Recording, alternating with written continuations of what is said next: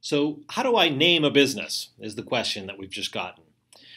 As a member of the Business on Tap team, as well as having been involved in a number of naming exercises, I'll say it's a fun and difficult journey in naming your business. But I think there are three important things that you want to consider as you go about naming your business, your blog, or whatever it is that you're trying to define. The first thing I would say is you want to make sure it's defensible by trademark law. So I encourage you to visit, if you're in the U.S., going to uspto.gov, the U.S. Patent and Trade Office, and do a test or trademark search to see if the words or the name that you're considering using is available and defensible from a trademark perspective. Because ultimately you don't want to build a big brand and find that, oops, 2 or 3 years down the road someone says, hey, I'm going to sue you now because you're really using a name that we trademarked years ago. The second thing that you want to consider when naming a business is really the availability of a domain name. So by going to domain.com or someone like that and checking out whether the domain name is available is a really important step before you finalize the name you want to use. And you also might consider variants on a name. And let me give you an example. So if you really want to own the domain name coffee, that's probably not available, coffee.com.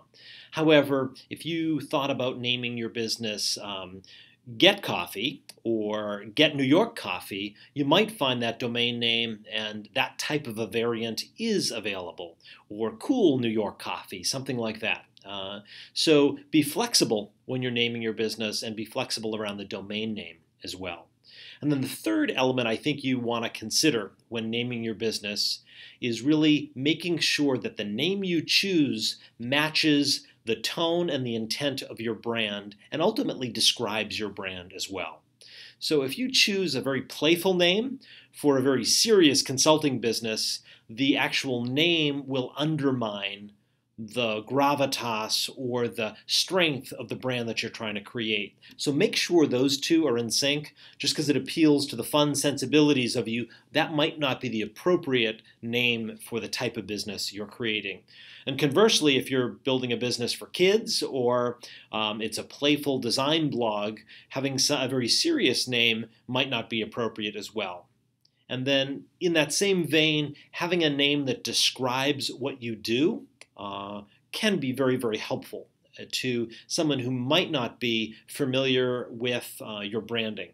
So Google is a great name, and it's a fun name, but trying to describe what Google is to someone who doesn't know, I think is a much bigger challenge, and they've got way more money than you or I do to solve that branding issue. So if your name can be somewhat descriptive of your product or service, I think that can help you both from an SEO and from the cost of getting your brand out there in market.